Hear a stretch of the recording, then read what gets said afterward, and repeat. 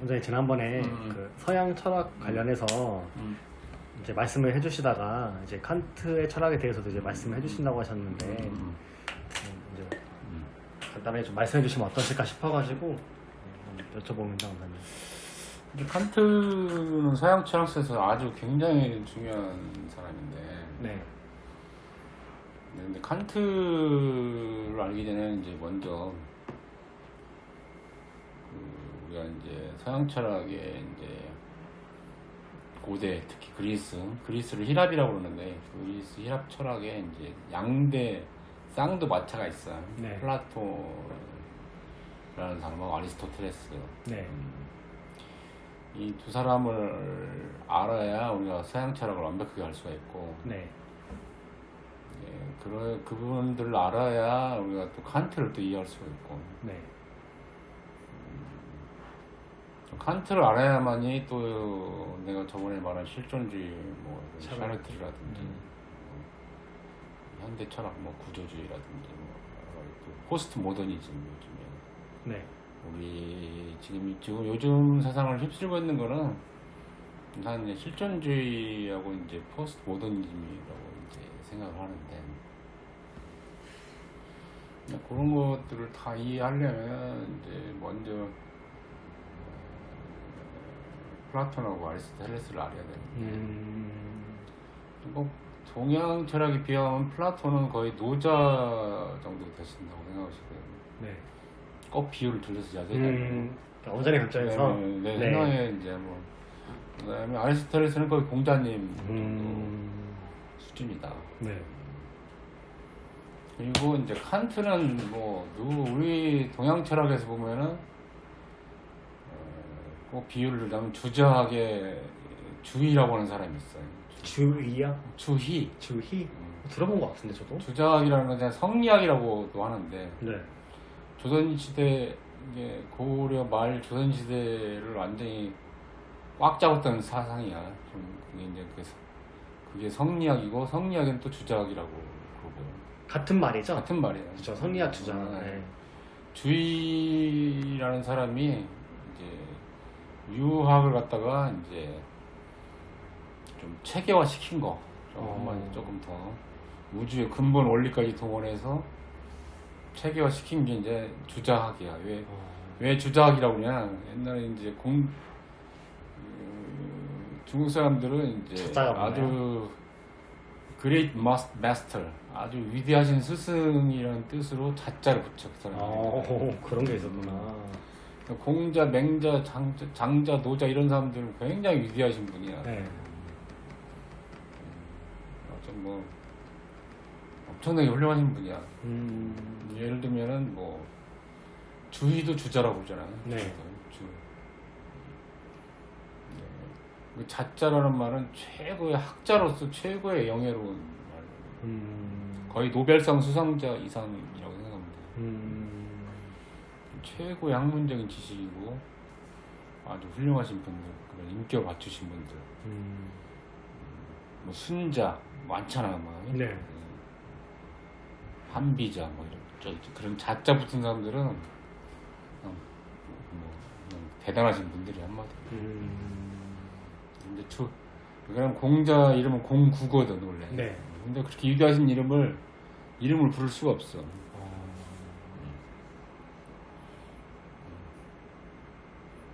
마치 기독교에서 하나님을 하나님이라고 안 부르고 여호와라고 부른다. 그런 것처럼.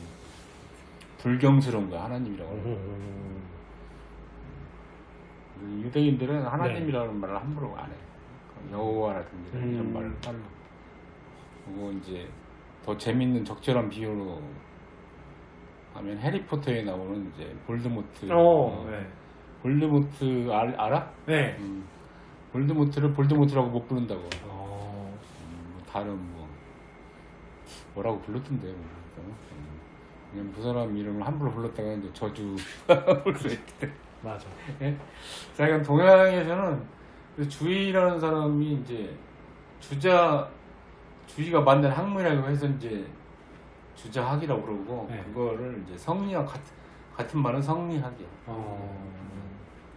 우주의 근원과 인간의 어떤 이성 이걸 관계를 따져서 묻는 그런 학문이야.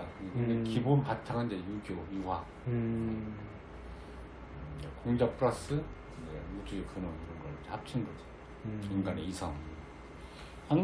상당히 수준이 높은 철학이야. 그래서 고려 말부터 이게 우리나라에 도입이 되면서 조선시대 내내 이 관통했던 학문이 성리학이야. 우리나라 양반들의 사대부들의 머리를 지배했던 게. 그러다가 이제 어떤 학문이든 뭐 평생 가는 법은 없거든. 네. 이게 이제 양명학이라는 또 왕수인이라고 하는 사람이 있는데 그 사람이 이제 좀 이제 주작의 모순점을 좀 발견하면서 양명학이라는 또 학문이 또 발견이 돼. 그래서 나는 이제 굳이 비교를 하자면 칸트가 이제 주의 같은 사람이다. 주작을 만든 네. 동양 철학에서 굉장히 칸트 철학은 뭐 그 정도 역할이 뭐 거의 칸트가 서양 철학을 만든 그러다 이렇게 표현해도 되는 거네요. 꼭 그거만 알겠지만. 오늘날의 근대 철학의 효시다. 아주 그 정도 주자 같은 역할을 한 사람이다. 그래서 그다음에 이제 주작을 위해서 양명학이라는 또 학문이 또 나오거든 중국에서. 왕수인이라고 하는 사람이 만든 건데 상당히 또 근대 철학, 동양 철학에 영향을 미친 학문인데 나는 왕수인이라는 사람을 비유를 들자면 서양 철학에서 헤겔이라는 사람이 있다. 헤겔. 네. 헤겔이라는 사람이 이제 칸트 철학을 비판하면서 나온 게 이제 헤겔이라는 사람이거든. 이제 그 정도로 중요한 인물이다. 그래서 나는 이제 서양 철학사에서 가장 위대한 철학자 5명만 뽑아라. 서양에서? 네, 서양 철학에서 5명 딱 뽑으라. 그러면 나는 이제 이 5사람 이야기한다 이거지. 누구겠냐 이거지. 첫 번째는 플라톤? 무조건 플라톤이지. 두 번째는 칸트? 아리스토텔레스. 어떻게 동양 철학에서 노자하고 공자를 빼고 이야기를 하겠어. 그 다음에 칸트인가요? 그 다음에가 칸트가 있고 그 사이에 칸트 바로 전에 데카르트라고 하는 프랑스 네. 나는 생각한다 그러고 나는 존재한다 이렇게. 소위 대륙의 합리론을 이끈 아주 위대한 철학자 데카르트. 네. 그 다음에 이제 헤겔 이 5명을 이제 서양 철학의 5인방. 헤겔이 독일 사람. 그쵸. 네. 데카르트는 이제 프랑스 사람. 물론 이제 뭐 내 주장에 대해서 또 반대 주장을 할 수도 있는데 그만큼 이제 이분들이 그렇게 서양 철학에서 정말 큰 영향력을 끼쳤다. 가장 큰 영향력을 끼친 사람이다. 이제 근데 이게 동양 철학에서는 사실은 공자님이 좀 압도적이거든 사실은. 동양 철학은. 내가 생각할 때.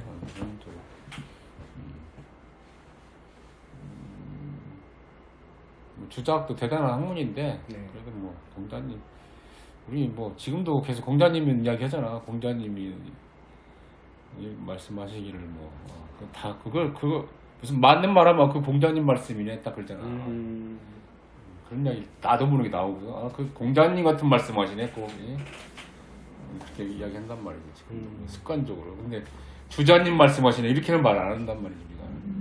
노자님 같이 말씀하시네 이렇게 말은 안 해. 야 그거 참 공자님 말씀이네 그거 뭐 이렇게 말하지.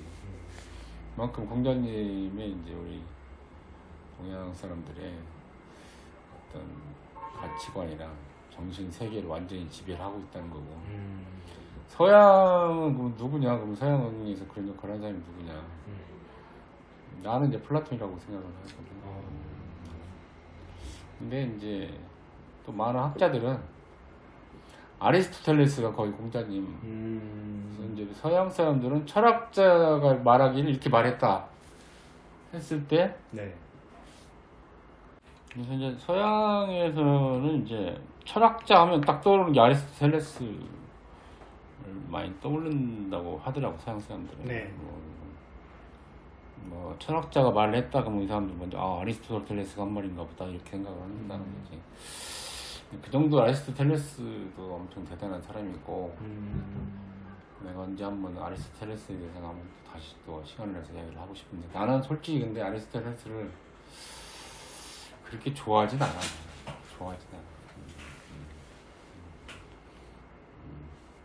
그냥 아주 대단한 사람이긴 한데 그러니까 원장님 생각했을 때 플라톤 대비해서 나는 아리스토텔레스도 플라톤의 아류라고 생각하거든. 아류요? 아류?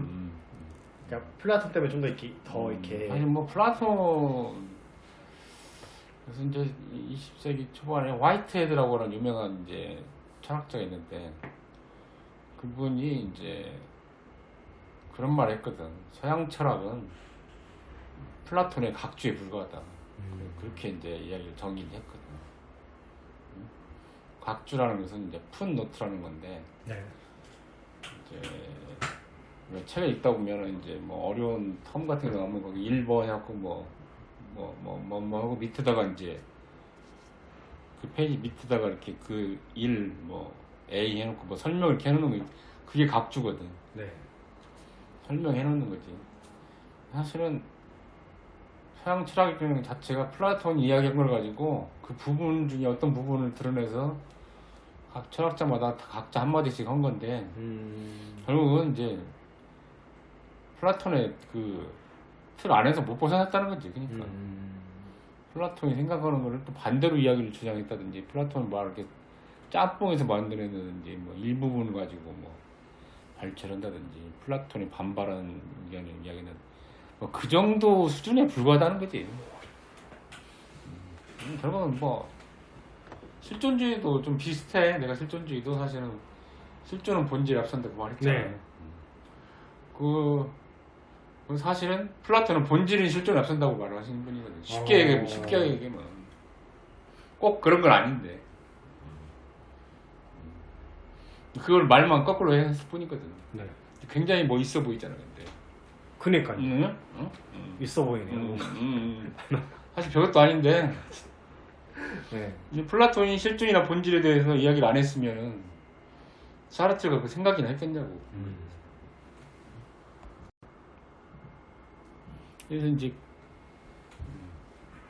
그만큼 그 비유를 들자면 그렇다는 거야. 많은 후대 학자들이 철학자들이 플라톤 이야기 가지고 많이 울고 먹었다 다.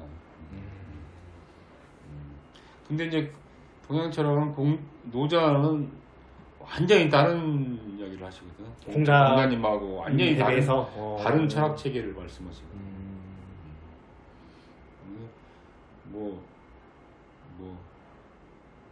절대 동양 철학은 공자의 각주다 이렇게 말 못하는 게 노자라는 위대하신 또 철학자가 계시거든. 근데 그분은 완전히 뭐 다른 이야기를 하시거든. 물론 뭐 그것도 공자의 각주다 이렇게 말을 할 수도 있어요. 그쵸. 그냥 공자하고 반대되는 네. 의견을 딱 반대되는 이야기를 했으니까. 네. 근데 동시대 사람이었고 노자가 더 나이가 더 먹었을 거고. 네. 동시대 사람이었거든. 후대에 만약에 제자였다 만약에 노자가 그러면은 뭐 자기 스승의 말에 반론해서 이렇게 이야기를 했다고 말을 할 수는 있는데 이거는 동양 철학에서는 그렇게 말할 수가 없는 게 노자가 더 공자보다 조금 더 앞서서 살았던 사람이고 동시대에 살았던 사람이거든. 그러니까 완전히 그거는 누가 누구를 뭐 솔직히 뭐 표절했다 이런 말을 할 수가 없는 거지. 완전 특이한 사상이거든 노자는. 예. 사실은 결국은 표절에 불과하다는 건 표절. 네. 플라톤의 표절이다 다. 서양 철학은. 뭐 칸트 철학은 표절 아니냐 표절이다 내가 볼 때는. 헤겔 다 표절이다. 다 표절이 전부. 그게 약간 조금씩. 그다음에 그 뒤에 나오는 뭐 헤겔, 우파, 좌파, 뭐 마르크스, 무슨 뭐 니체, 쇼펜하, 뭐 사르트르, 뭐 하이데거, 야스퍼스, 쫙 현대 철학까지도 사실은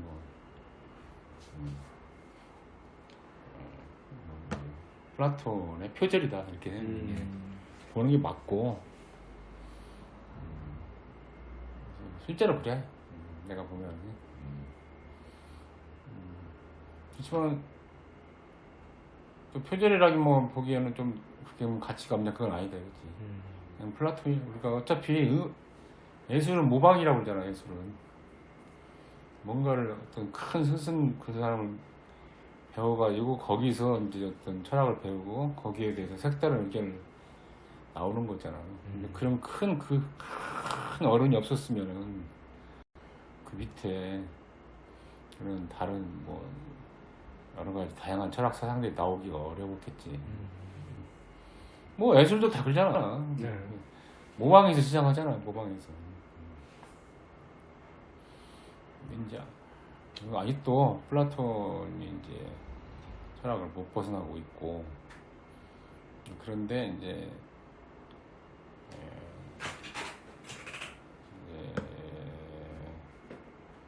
아리스토텔레스도 상당히 이제 샤프한 사람이긴 한데 아리스토텔레스 플라톤 제자거든. 네. 제자인데 이제 좀 완전히 좀 반대되는 이야기를 하거든 플라톤하고. 근데 이거 반대도 딱 잘 생각해보면 그냥 플라톤의 범죄에서 못 벗어났다고 생각하거든. 예.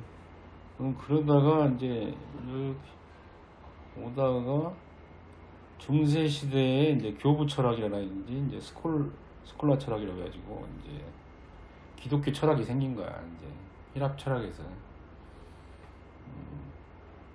그 다음에 이제 르네상스를 맞이하면서부터 이제 대륙의 합리론, 그 다음에 영국의 경험론으로 둘이 철학이 나눠져. 대륙에서는 데카르트를 비롯해서 이제 스피노자, 라이프니츠 같은 사람들이 이제 합리론을 주장하고, 합리론이라는 것은 결국은 인간의 본유 관념, 즉 네. 이성이라는 것이 중요하다는 거야. 네.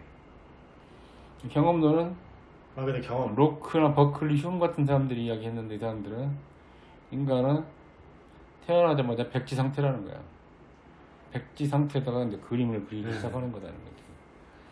근데 그래서 경험이 중요하다는 거지. 그래서 근데 대륙의 합리론자들은 이미 그림이 그려져 있다. 이미 그렇게 살아야 된다. 딱 태어날 때부터 그려져 있다. 거기서 조금만 살을 붙이는 거지. 어떤 이미 이성이라는 틀이 있기 때문에 인간은 그 틀로 이미 다 알고 있다는 거지. 그리고 뭐 경험이라는 것도 이성의 틀이 있기 때문에 그게 지식이 축적이 되는 거지. 네. 이성이 없으면 경험만 가지고는 전혀 우리의 어떤 지식이 축적이 될 수 없다. 이런 이야기야. 뭐 둘 다 뭐 틀린 말은 아니지. 네. 나는 이제 근데 그거를 이제 합친 사람이 누구냐? 네. 그걸 합친 사람이 경험론가. 둘 다가 일리 있다. 둘 다 일리였다. 일리가 있다. 그분이 칸트구나. 완전 있잖아. 우리 이성하고 플러스 경험이 있어야 완벽한 어떤 지식이 되지. 그거를 처음으로 이제 이야기하신 분이 이제 임마누엘 칸트 선생님이라는 거지. 아, 두 가지를 합친 게 둘 다 맞으니. 둘 다 맞다. 이걸 합쳐야 된다. 재밌네. 경험론과 합리론. 오. 네. 그렇지만은 내가 볼 때 칸트는 그래도 합리 이성의 중요성이 더 그래도 한 7대3 정도 이성을 더 강조를. 이성이요? 합리론? 경험론보다 7대3으로. 아무래도 이성이 더 중요하다. 이성이 더 중요하다. 그런 말씀하셨구나. 근데 경험도 꽤 중요하다. 이렇게 이야기하는 거야. 쉽게 얘기해서. 너무 같다. 대륙의 합리론이. 이 사람이 이제 독일의 이제 퀘니스베르그라고 하는 도시에서 태어났는데, 네. 뭐 여러 가지 일화들이 많아요. 다 알고 있는 사람들도 많아요. 이 사람이 평생 이 도시를 떠난 적이 없다 그래. 그리고 아주 시계처럼 살았어. 시계처럼 하루 일과를 딱딱. 그래서 이 사람 외출할 때 딱 되면은 사람들이 시계를 맞췄다고 하잖아. 오히려 이 사람 외출 시간에 예를 들면 뭐 오후 4시에 외출을 한다. 우리 칸트 선생님이 나오셨네. 아 진짜 그 정도 했어요? 4시에 3시 반이야. 이제 그 정도는 거의 기계 아니에요? 4시로 바꾸는 거야. 내 시계 그 정도로 아주 그냥 네. 기계처럼 정확하게 사셨고. 진짜 기계인데요, 그 정도면 진짜. 근데 이분이 살면서 딱 며칠을 안 보인 적이 있었어. 그게 오 왜요? 갑자기? 무슨 책을 읽느라고. 오 무슨 책을 읽었을까? 그 책이 이제 프랑스의 계몽 사상가인 이제 에밀이라고 하는 사람이 있거든. 네. 아니 루소라는 사람이 있는데 네. 그 사람이 쓴 에밀이라는 책을 읽고 이분이 이제 생각에 뭐 잠기신 건가? 생각이 너무 재밌어가지고 어... 그래서 외출 못했다는 거지 며칠을. 그 책을 읽느라고. 이제 뭐 그런 뭐 이야기도 있고 여러 가지 이야기가 있는데 네. 그리고 이제 칸트의 철학은 이 사람이 이제 쓴 결국 비판 철학이라고 이야기를 하거든. 네. 비판 철학. 이제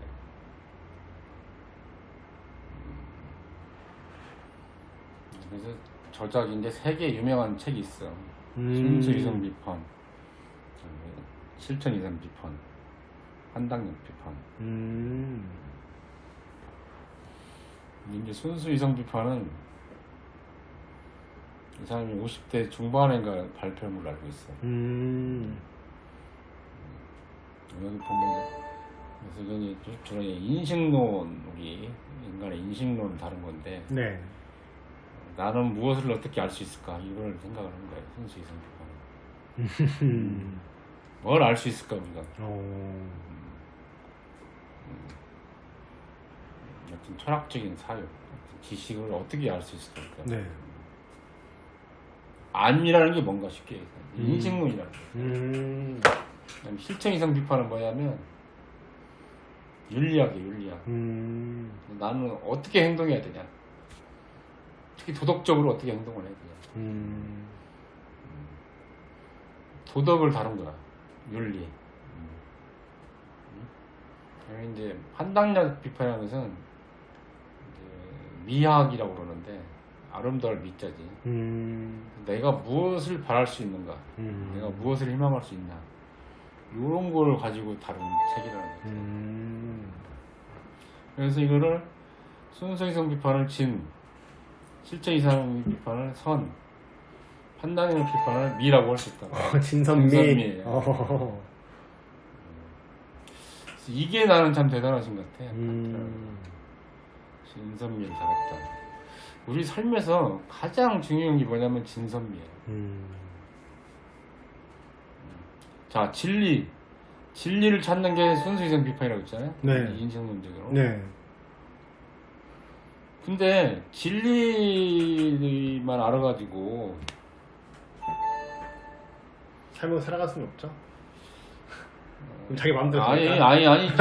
진리가 굉장히 중요하지. 네. 사는 것 엄청 중요하지. 네. 근데 진리는 아는데 난 아무렇게 행동해도 돼? 뭐가 옳고 그른지 내가 알아. 네. 근데 행동은 개차반 오르는 거야. 뭐 도둑질도 하고 뭐 사람 때리고 막. 그러면 안 되죠. 예를 들면 막지 뭐 학교에서 걔들 뭐라고 하지? 일진? 예. 얘가 똑똑해. 많이 알아. 공부를 많이 해가지고 잘 알아. 진리가 뭔지를 알아. 네. 근데 개차반처럼 행동해. 그러면 안 되지. 그건 되겠어? 안 되죠. 응? 이 사람은 뭐가 옳고 그른지를 알기 때문에 그거에 따라서 실천을 해야 된다는 거지. 올바르게 살아야 된다는 거지. 도덕적으로. 네. 맞는 말이야? 맞는 말이지.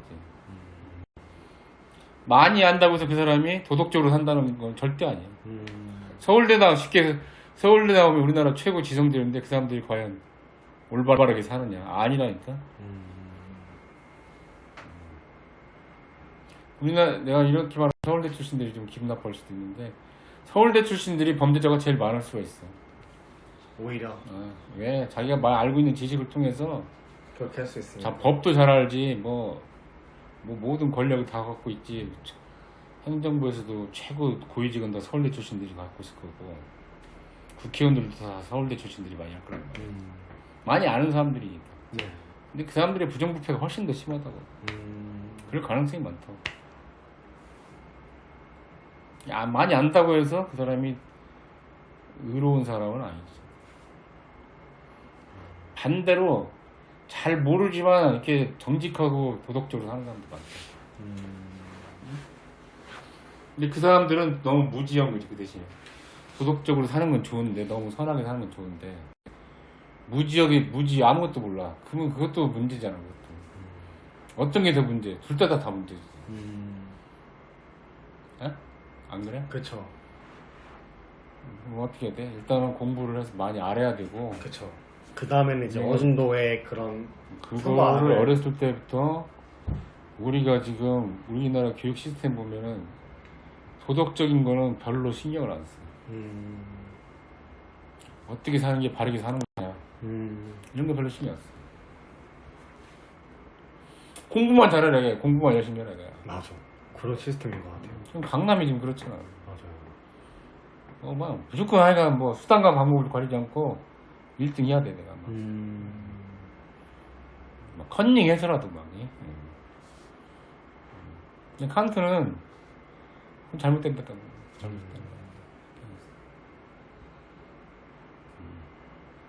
내가 알면은 그걸 실천을 해야 된다는 거야.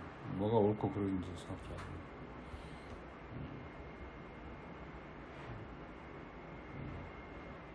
그 다음에 이제, 그래, 좋아. 자, 많이 알고, 자, 이제 올바른 행위를 하면서 살아가, 도덕적으로, 이제. 네. 그러면 끝이야? 아니, 그것도 아니죠. 그 다음에 또 뭐가 필요할까, 이제, 살아갈 때. 목표? 또 뭐가 필요할까?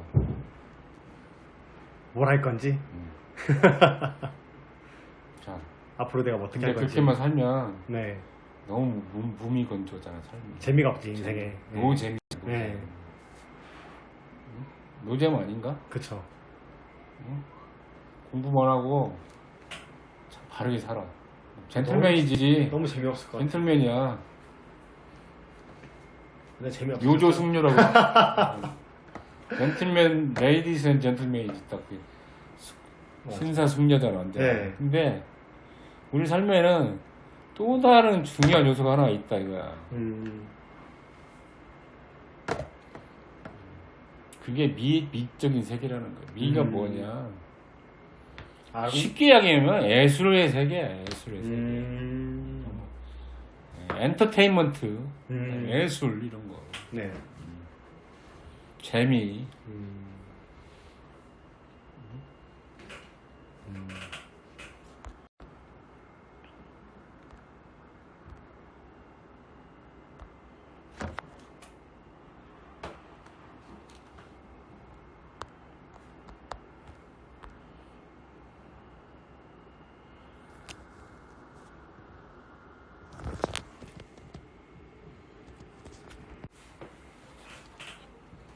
그래서 너무 재미가 없어. 그렇죠. 진리하고 진짜 그러겠다. 도덕은 참 좋긴 한데 너무 무미건조해. 살면 그렇게만 살면 물론 그렇게만 사는 사람들도 있어. 우리 네. 뭐 학자들이라든지 이런 분들. 근데 참 재미가 너무 노재미잖아요. 우리한테는 내가 볼 때 진리가 30%면 네. 도덕이 한 30% 좀 차지하고 아니 33.3% 황금 3분의 1은 우리가 진리에 매진을 해야 되고 3분의 1은 도덕적인 삶을 3분의 1은 이런 예술이나 애체능 네. 플러스 어떤 엔터테인먼트 이런 쪽에 또 투자를 해야 된다. 왜냐면 이 예체능이나 이런 엔터테인먼트는 우리에게 어떤 진정한 쉼을 주거든. 뭐 네. 정신적인 어떤 그런 카타르시스라든지 이런 것도 줄 수도 있고.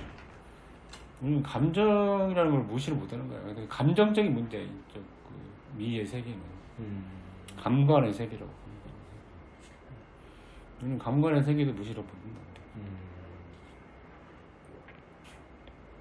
어떤 정서적인 문제. 내가 얼마 전에 이제 TV에서 그 넷플릭스 드라마 뭐 눈물의 여왕인가? 네, 김전 나온 거. 네. 내가 4번 울었거든 그거 보면서. 왜냐면 그 전에 이제 연모라고 해가지고 또 박은빈 나온 거 보면서 그때 한 4-5번 울었거든. 아, 박은빈 나도 그다음에 좋아했지. 이제 옛날에는 이제 미사리 같은 데 보면 이제 그 옛날 가수들이 네. 요즘에는 많이 없어졌는데 네. 막 공연도 하고 그런데 한 번씩 가면은 너무 좋은 거야. 아니면 뭐 클래식 연주회 같은데 한다고. 차에서 우리 어떤 뭐 음악을 내가 좋아하는 어떤 음악을 듣는다든지 그러면 뭔가 마음이 좀 릴렉스 되기도 하고 네. 어떤 경우 좀 흥분되기도 하고 좀 진정되기도 하고 그래서 뭔가 카타르시스 같은 게 느껴지거든. 그래서 그런 부분도 정서적인 부분도 무시를 못하는 거죠.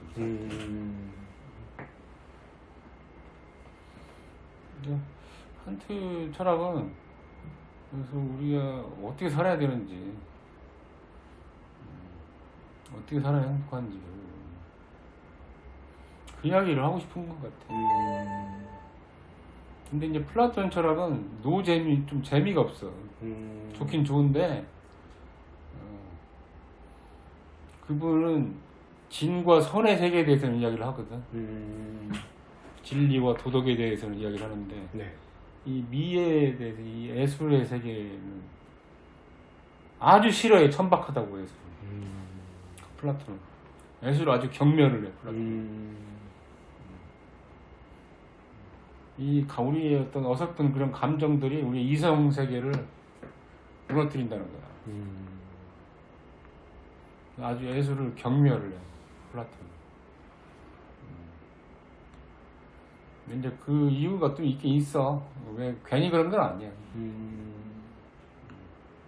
왜냐면 예술이나 엔터테인먼트 세계에서는 막 분노, 희노애락 이런 게 있잖아. 막. 네. 분노가 일어났을 때 뭐 범죄 행위도 일으킬 수 있고 막 그러잖아. 그렇죠. 막 마약하게 되면 뭐 기분은 좋아지는데 뭐 범죄도 저지르고 막 그러잖아. 네. 그래서 이성이 절제가 안 되잖아.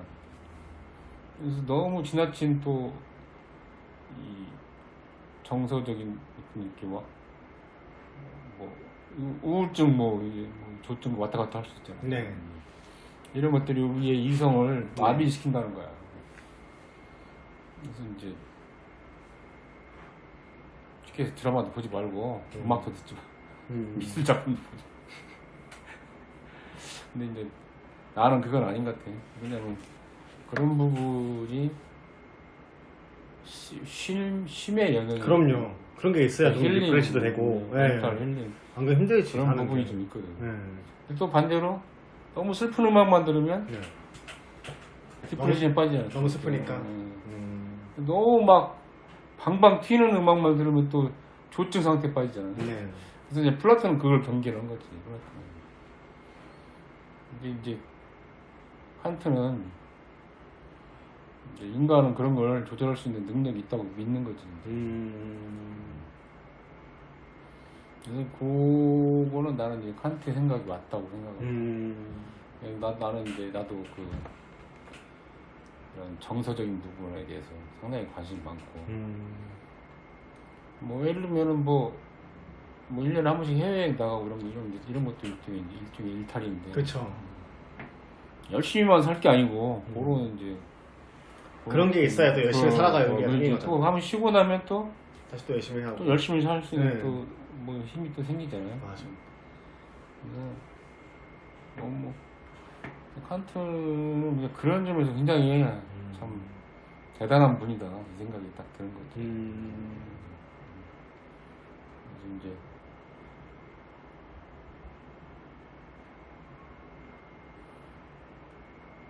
그럼 이제 칸트에 대해서 말하자면 굉장히 어려운 복잡한데 네. 칸트는 이제 순수 이성 비판에서 무슨 이야기를 하냐면 우리가 이제 사물이 있어 사물이 물 자체가 있었던 네. 물 자체 여기 이제 커피가 있잖아 위에 있고 내가 이제 내 머리가 있잖아 이렇게 지금 이 커피를 본단 말이야 지금 네. 보고 있어 이렇게.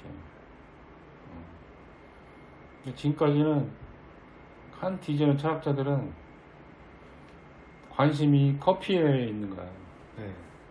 관심이 커피에 있어. 이게 뭔가? 이게 뭐지? 성분이 뭐고 이게 왜 이거 차갑지? 이거의 근본 물질은 뭐지? 이건 어떻게 변하지? 이런 거만 생각했던 거지. 근데 칸트는 그게 아니다는 거야. 진짜 중요한 것은 이 커피 이 자체가 중요한 게 아니라 이걸 커피라고 인식하는 나의 뇌의 인식 체계가 중요하다는 거야.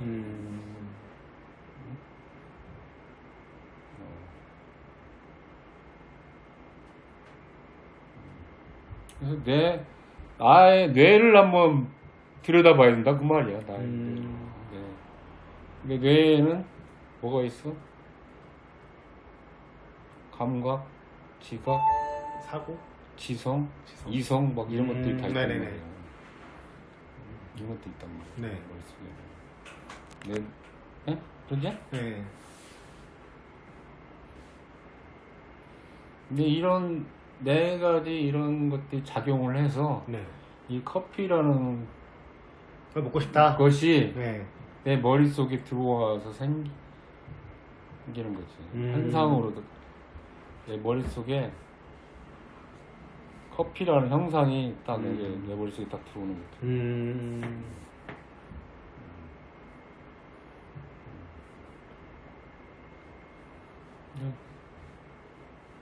왜 그렇게 생각하는가 그게 중요하다는 거야. 그게.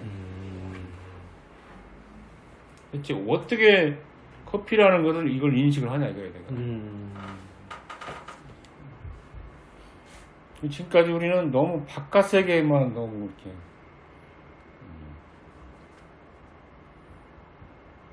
보이는 것만 이렇게 쫓아갔다 이거지. 근데 그게 아니고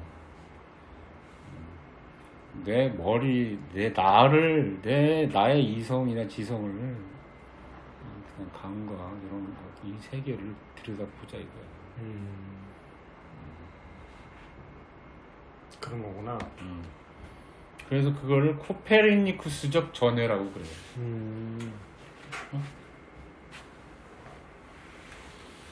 뭐냐면 지구의 중심,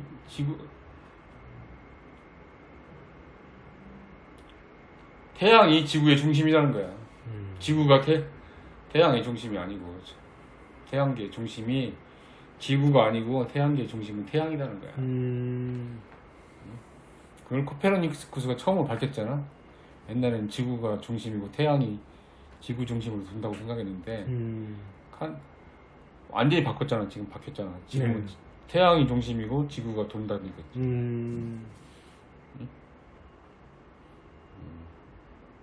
우리 뇌도 이건 나의 이성을 탐구하는 거야. 나의 이성. 바깥에 있는 물건을 보지 말고. 아주 쉽게 이야기하면 그래. 자, 이거를 내가 만약에 어떤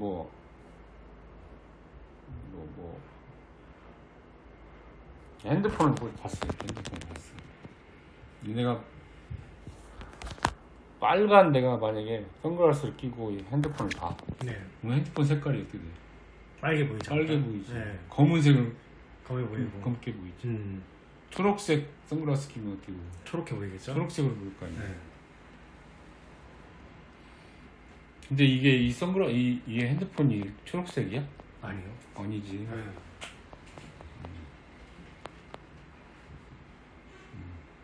우리가 알고 있는 색깔 있잖아. 이게 맞을까 정말? 맞아? 이거 아니요. 지금 파랗게 보는 게 파란 거 맞아요? 검게 보이는 게 검은 거 맞아? 그럼 색안경 끼는 거 아니에요? 햇빛이 네. 반사돼서 우리 눈에 그렇게 보이는 것 뿐이지. 실제 색깔은 뭔지 우리가 모르지. 그렇게 생각할 수도 있구나. 개 같은 경우, 강아지 같은 경우는 생맹이야. 강아지는 색깔을 구별을 못해.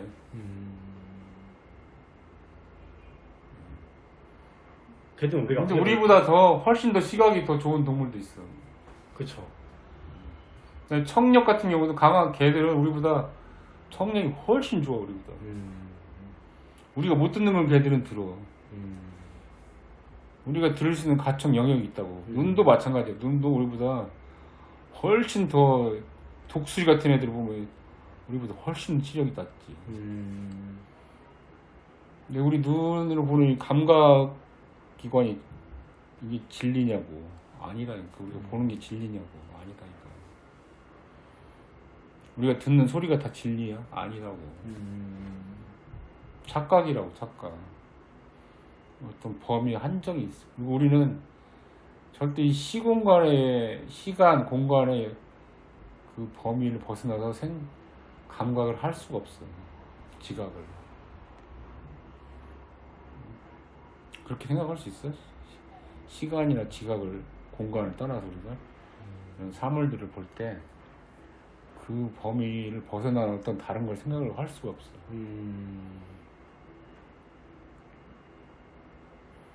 그래서 이제 우리가 이런 그걸 이제 감성을 통해서 네. 이런 감각을 받아들이거든 이렇게. 그래서 이건 노란색이다, 이건 뭐 빨간 거다, 빨간 사과다, 노란 사과다, 뭐 검은 사과다 이렇게 이제 받아들인단 말이야. 근데 그게 진실은 아니야. 필터를 해서 보는 거야. 선글라스를 끼고. 근데 우리 몸에, 우리 뇌에도 지성이라는 게 있어. 지성이라는 게 있어가지고 감성하고 지성은 다르지. 감성은 오감을 통해서 우리가 얻는 거잖아. 네. 지성은 좀 감성보다는 좀 높은 단계인데 이성보다는 좀 아래 단계. 칸트는 그 지성에 12범주라는 게 있다는 거야. 카테고리가 있다는 거야.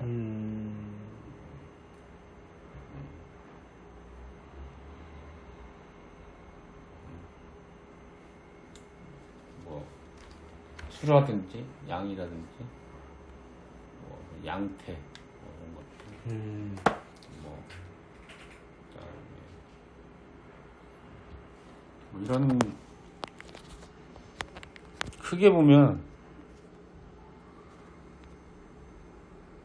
4가지 범주가 있다고 그러거든. 네.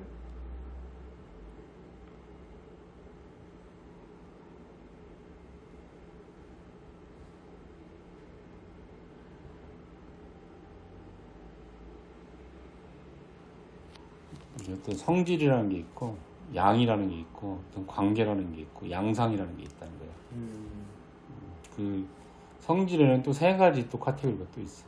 실제성, 부정성, 제한성. 양에는 뭐 전체성, 다수성, 단일성. 관계에는 뭐 실체, 속성, 결과. 뭐 양상에는 가능, 불가능. 뭐 필연, 우연. 뭐 이런 것들이 우리 지성에 카테고리가 있다는 거야.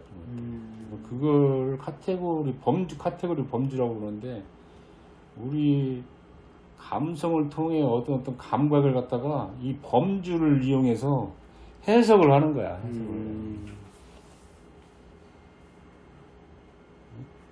해석을 한다고. 그거를 이성이 이제 그걸 받아들이는 거지.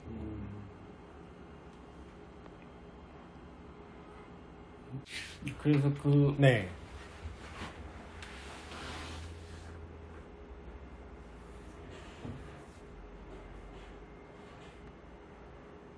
이제 칸트의 그 인식론이라는 게 네. 어떤 감성을 통해 얻은 감각을 갖다가 어떤 아까 말한 카테고리 범주를 사용해서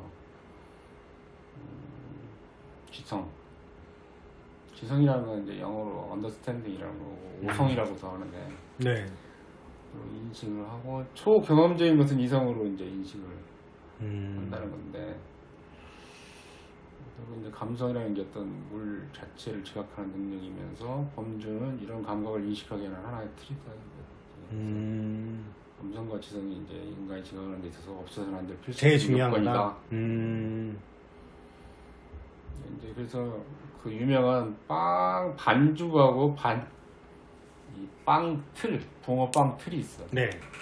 붕어빵 이제 붕어빵. 네. 붕어빵을 만들려면 반죽이 있어야 되고 틀이 있어야 된단 말이야. 빵 틀. 그쵸. 붕어빵 틀이 네. 있어야 되잖아. 근데 둘 다 중요하단 말이야. 반죽이 없으면 붕어빵을 만들 수가 없지. 이제 반죽이 있는데 붕어빵 틀은 없어. 붕어빵 못 만들지. 네. 그래서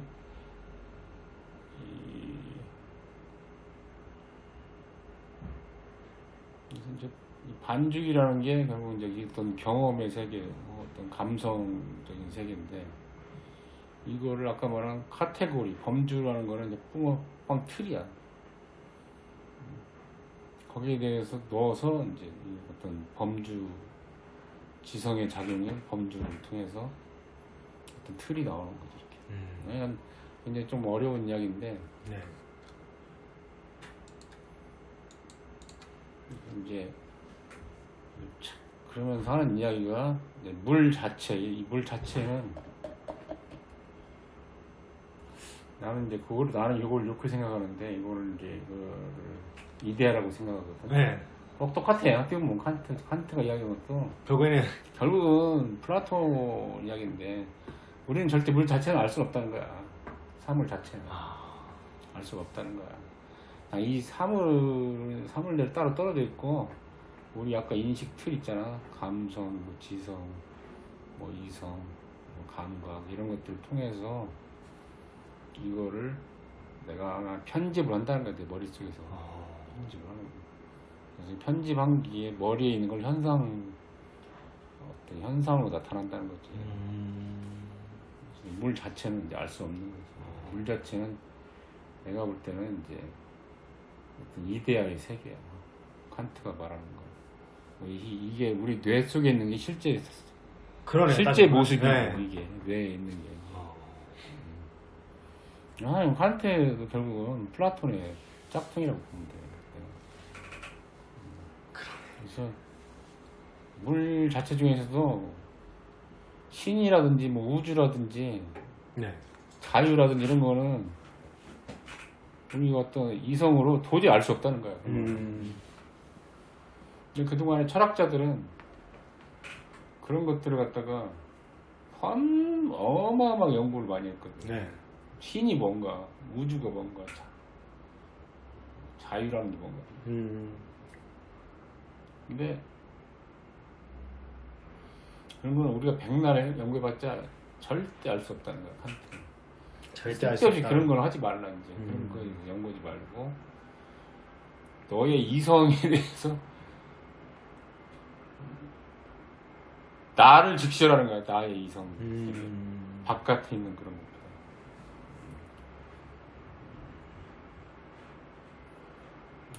근데 물 자체는 그래서 나는 이제 결국 뭐 이데아하고 뭐 현상하고 똑같네. 칸트. 플라톤. 비슷하네요. 비슷해. 네. 나는 그렇게 해석을 하거든. 원장님 그렇게 보시는 또 다른 관점을 해석하는 사람도 있나요? 나는 그렇게 생각해서 좀 근데 이제 칸트의 위대한 걸 아까 내가 말한 나는 뭐 순수 이성 비판에서 뭐 대단하다고 생각 안 하고 이거를 아까 말한 이제 판단력 비판에서 이제 이야기하는 거. 아까 말한 예술이나 애체형이라든지 아까 말한 엔터테인먼트 이거를 네. 우리가 절대 무시해서는 안 된다. 그 다음에 칸트가 말한 윤리학 중에서 이게 이제 굉장한 건데 네. 특히 이제 정언명령이라는 걸 이 사람이 얘기했거든. 네. 정언명령이라는 것은 잠깐만요. 오늘 AM 아, 하면 알았어요. 이원도 결제요. 잠깐만. 근데 카드 안 갖고 오셨다고 하지 않았어요? 아, 안 가져왔네. 내일 오시라고 해야 되겠네. 그래서 이제 이게 재밌어. 정언명령이라는 게. 정언명령이라는 게 정언명령이 뭐냐면 조건이 안 따르는 명령이라는 거야. 조건이 없어. 무조건 해야 돼. 무조건. 그래서 여기 첫째 정언명령 보면 내 의지의 준칙이 언제나 동시에 보편적 입법의 원리가 될 수 있도록 행위하라. 이 말은 쉽게 말해서 누구든지 어떤 행동할 때 스스로 생각할 때 다른 모든 사람이 그와 같은 행동을 해도 괜찮다고 생각되는 행동을 해야 된다 이런 뜻이고 둘째 명령이 더 재밌는데 너 자신과 다른 모든 사람의 인격을 언제나 동시에 목적으로 대하도록 행위하라 이거야. 그래서 결국은 인간을 목적으로 대하라는 거야. 어떤 수단으로 대하지 말고 인간은 그만큼 절대적인 가치를 가진 인격체이면서 다른 목적을 위한 수단이 아니고 자체가 목적이기 때문에 그에 합당한 그런 존엄한 대우를 받아야 된다 이거거든. 이게 이제 예를 들어서 참 재밌는 게 이런 거야. 이제 마지막으로 이 말만 해주는데 네. 내가 이제 노숙자를 딱 봤어. 네. 돈에 이제 5,000원, 내가 소중한 게 5,000원 있어. 근데 이제 그 사람이 막 차로만 달라고요? 아니 너무 불쌍해. 불쌍해서 내가 5,000원 줬어. 원장님이 네, 예를 들어 예. 그럼 잘한 거야 잘못한 거야? 그거? 제가 봤을 때 아니 그거 잘한 거야 잘못한 거야? 그거? 잘한 거야? 스스로 느끼기에는 아니 내가 어떤 사람이 불쌍해서 네. 5,000원을 줬어 그 사람한테 그 노숙자를. 그럼 못한 건 아니지 않나요? 아닌가? 그냥 그 사람이 봐야 될 때가 다르게 하겠지만 그래도 선의의 마음으로 이렇게 도와준 건데 잘못된 행동은 아니라고 생각하는데. 그게 이제 칸트는 그것도 잘못된 거야. 아 진짜요? 그러니까 선의의 목적을 갖고 한 것도 네. 그것도 정언명령이 아니라 어떤 조건이 다른 거라는 거지. 무조건적이어야 된다는 거지. 도와준다는 것은 내가 어떤 목적을 가지고 도와주면 안 된다는 거야.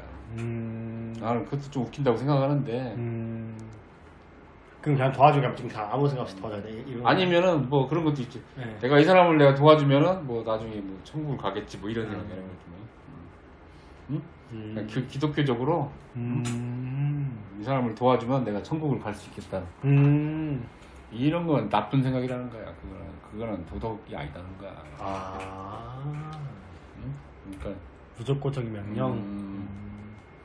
조건 없이 도와줘라 이거야. 어려운 사람 만났을 때. 뭐 절대 인간을 수단으로 사용하지 말고. 그런 점에서 이제 공자님이 옛날부터 그 한 이야기고 그거는 사실은 옛날에. 칸트는 결국은 이제 칸트는 나는 그렇게 본다. 진선미를 강조하신 분이고 그런 면에서 굉장히 대단하신 분이다. 그래도 목적을 가지고 하지 말고 이렇게 인간을 절대 수단으로 쓰지 네. 말라. 이제 아까 말한 제일 중요한 것은 진선미야. 그 세 가지를 밸런스를 그게 핵심이구나. 밸런스. 칸트에 대해서 뭐 이런저런 이러쿵저러쿵 이야기 많이 하는데 네. 다 헛소리고. 제일 중요한 키포인트는 진선미다. 그걸 밸런스 있게 균형을 갖춘 사람이 되도록 살아라. 그게 칸트 선생님이 말한 요지가 아닌가 싶어. 다음에는 내가 이제 가서 이제 헤겔이나 니체 뭐 네. 그런 사람들 쇼펜하우어 뭐 네. 사람들 쪽에 대해서 한번 이야기를 그것도 해볼 말씀해 생각 주세요. 중이야. 네. 그래.